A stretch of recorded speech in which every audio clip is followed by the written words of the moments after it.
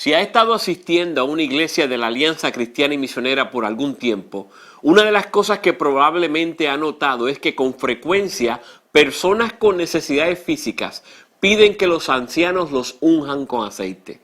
La razón por la cual hacemos esto es porque la Biblia, en el 5º capítulo de la Epístola de Santiago, nos dice que lo hagamos. ¿Está afligido alguno entre ustedes?, pregunta Santiago, que ore. ¿Está alguno de buen ánimo? Que cante alabanzas. ¿Está enfermo alguno de ustedes? Haga llamar a los ancianos de la iglesia para que oren por él y lo unjan con aceite en el nombre del Señor. Y la oración de fe sanará al enfermo. El Señor lo levantará y si ha pecado, su pecado se le perdonará. Y espero que también ustedes hayan notado que muchas veces aquellos que son ungidos y por los cuales se ora son sanados. Hay una historia maravillosa en el capítulo 3 del libro de Hechos. Poco después de Pentecostés, Pedro y Juan van al templo a adorar. Se encuentran allí a un hombre lisiado, inválido de nacimiento, quien regularmente pedía limosnas en la puerta del templo.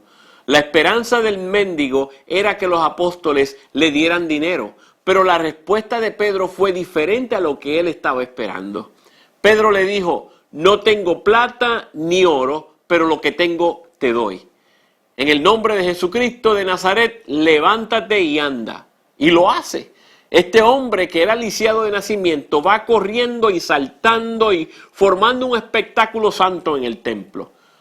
Todos lo conocen. Él es el inválido que siempre estaba allí para pedir. Y ahora él está corriendo y saltando y alabando a Dios. Eso captó la atención de la gente. Tuvo un efecto profundo y mucha gente comenzó a creer en Jesús. Vaya, ¿todavía ocurren cosas así? Pues sí. Un domingo, justo después de que el reverendo John Soper concluyera el servicio, un hombre a quien nunca había visto antes vino y le dio la mano. Le dijo que durante el servicio él se había reconciliado con Cristo. Le explicó que hacía muchos años él había hecho una profesión de fe, pero que debido a una serie de eventos difíciles en su vida, un divorcio, un negocio fracasado y algunas otras cosas, él se había apartado del Señor. Esa mañana él regresó y nuevamente le entregó su vida al Señor. Entonces el Señor le preguntó si podía visitar a una amiga que estaba hospitalizada con un padecimiento serio. Accedió John Soper y luego esa tarde, para su sorpresa, se tuvo que poner una bata médica y una máscara y llegar hasta la sección del hospital donde atendían enfermedades altamente infecciosas. La señora que había ido a ver estaba muy enferma, tenía hepatitis B y los médicos le habían dicho que tendría que permanecer en el hospital por varias semanas. Su piel estaba anaranjada por el daño sufrido en su hígado a causa de la enfermedad y su temperatura estaba en 104 grados Fahrenheit o unos 40 grados centígrados. Decidió que solo haría una visita breve y regresaría en otro momento cuando se estuviera sintiendo mejor, pero ella no lo dejaba ir. Rápidamente descubrió que era la hija de un rabino hasídico, la secta más estricta de los judíos ortodoxos, pero ella quería hablar acerca de la Biblia y en particular acerca de cómo él podía estar seguro que Jesús era realmente el Mesías. Le contestó varias preguntas y le leyó algunas profecías del Antiguo Testamento y entonces, porque estaba tan enferma, le dijo que se tenía que ir, pero preguntó si podía orar por ella. Ella dijo que sí. Y él sencillamente le pidió a Dios que la ayudara a comprender que Jesús era realmente el Mesías. Entonces se fue. Como una hora después sonó su teléfono y había en la línea una voz que balbuceaba casi incoherentemente. Cuando al fin pudo comprender, se enteró que casi tan pronto como salió de la habitación del hospital, una enfermera de turno dando rondas a los pacientes más enfermos entró a la habitación. Observó que la piel de su nueva amiga ya no estaba anaranjada y su temperatura estaba en 98.6 grados Fahrenheit o unos 37 grados centígrados. Cuando el médico residente ordenó una prueba de sangre, no mostró indicio alguno de hepatitis u otra enfermedad. Regresó al siguiente día y en sus casi 40 años de ministerio nunca había visto a nadie llegar a la fe en Cristo tan rápidamente o tan fácilmente. ¿Por qué? Porque ahora ella sabía que Jesús era verdaderamente el Mesías. Y él sabía que Dios todavía está en el negocio de sanar gente. Hoy hay solo 3 verdades que deseo que comprendamos. Número 1. Jesús sigue siendo el sanador. Yo sé que algunos cristianos le han enseñado otra cosa, que los milagros, incluyendo los milagros de sanidad, terminaron con el final de la era apostólica. Pero no hay evidencia en el Nuevo Testamento para sugerir que este ministerio cesaría. De hecho, en Juan capítulo 14, versículo 12, Jesús le dijo a los discípulos que ellos harían cosas aún más grandes que las que él había hecho, y existe mucha evidencia, tanto histórica como contemporánea, de que Dios continúa siendo un Dios sanador, quien se deleita en suplir las necesidades físicas, así como las espirituales de su pueblo. Número 2. El poder de sanar viene de Jesús.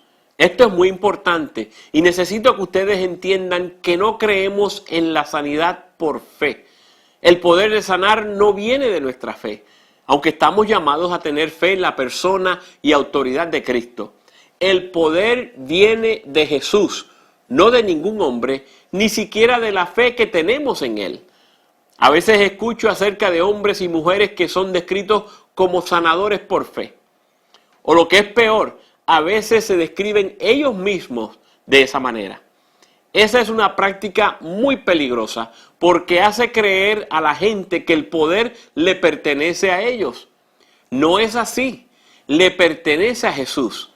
No debería ser necesario decir entonces que el poder nunca reside en algún objeto o cosa. Si usted acepta la idea de las calaveras de cristal de Indiana Jones o cualquier otra cosa como esa, usted ha entrado en una práctica ocultista que tiene sus raíces en Satanás, no en Dios. Número 3. El propósito de la sanidad divina es dar gloria a Cristo. Hablaremos acerca de eso en un momento. Ahora, los relatos de los evangelios contienen muchas historias diferentes de personas que fueron sanadas por Jesús. ¿Se han preguntado alguna vez por qué Jesús sanó tanta gente? Una razón era de que lo hizo solo para atraer la atención. Cuando Jesús sanaba a un ciego o levantaba a una persona de entre los muertos, la gente prestaba mucha atención. Esos milagros autenticaban tanto el mensaje como el mensajero. Él también sanaba gente para demostrar que él tenía la autoridad de perdonar pecados. Los fariseos en los tiempos de Jesús creían que si una persona enferma era sanada, eso era evidencia de que Dios le había perdonado sus pecados. También creían que toda enfermedad era resultado del pecado y necesitaban saber que eso no es lo que la Biblia enseña ni lo que Jesús creía. Pero como esos creían los fariseos, cuando Jesús sanó al paralítico, y el relato está en Marcos 2, al decir, tus pecados te son perdonados, eso constituía prueba de su autoridad para perdonar pecados. Era una manera de probar su reclamo de ser Dios, porque solo Dios tenía el poder de hacer lo que él estaba haciendo. Él también sanaba para mostrar su compasión. Más de una vez se nos dice que Jesús fue movido a la compasión y entonces él sanaba a una persona con alguna gran necesidad física. Las sanidades también mostraban que Él es Señor de toda la vida. Él no vino para atender solamente nuestros asuntos espirituales, sino los físicos también. Él es Señor de todas nuestras vidas. Finalmente, Jesús sanaba personas para mostrar que la salvación comienza ahora.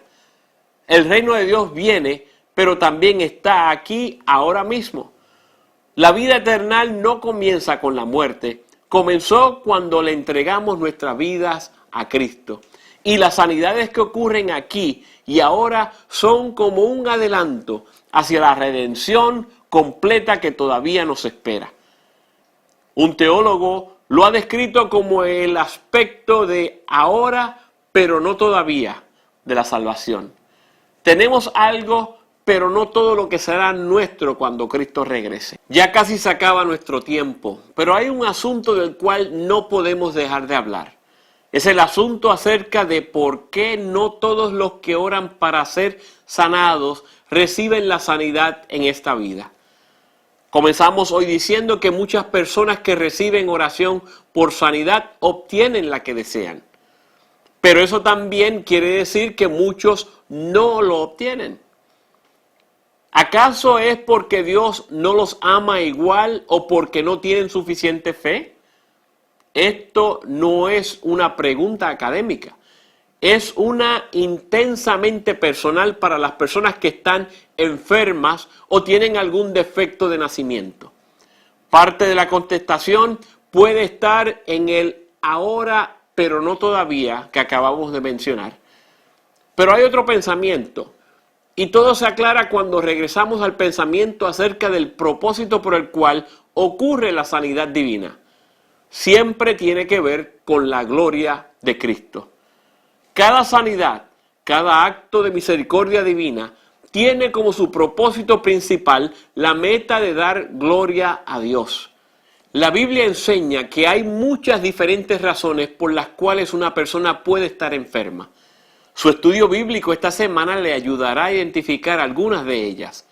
Pero hay una sola razón principal por la cual la gente es sanada, y esa es para que Dios sea glorificado. El apóstol Pablo tenía lo que él llamaba una espina en mi cuerpo. 3 veces él oró y le pidió a Dios que se lo quitara. Cada vez Dios rehusó contestar esa oración de la manera que Pablo quería. En vez, le dijo al apóstol que mi fuerza se perfecciona en la debilidad.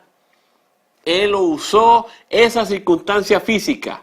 Creemos por las cartas de Pablo que era un problema con los ojos, para enseñarle a Pablo algo que no podía aprender de ninguna otra manera y para demostrar a los demás, en medio de la debilidad de Pablo, la fuerza y la gloria de Dios. Cuando ungimos a los enfermos y oramos por su sanidad, a menudo vemos a Dios contestar en maneras dramáticas y la gloria es de Él y solo de Él. En esas ocasiones, cuando nuestras oraciones por sanidad no son contestadas, hay una cosa que podemos dar por sentado, y es que la meta y el propósito de la forma de actuar de Dios, ya sea el dar o retener, es siempre su gloria. A veces es solo un asunto de tiempo. ¿Recuerdan cuando Jesús se apareció en la tumba de Lázaro? María y Marta, las hermanas de Lázaro, pensaron que él había llegado 4 días tarde, pero llegó justo a tiempo. A veces, como con la petición de sanidad del apóstol Pablo, es un asunto de Dios tener un mejor plan para traer gloria a su nombre. Pero a fin de cuentas, el saldo final es siempre este. Dios hará lo que traerá la mayor gloria al nombre de Jesús. Recuerden, todo tiene que ver con Jesús. Todo tiene que ver con Jesús.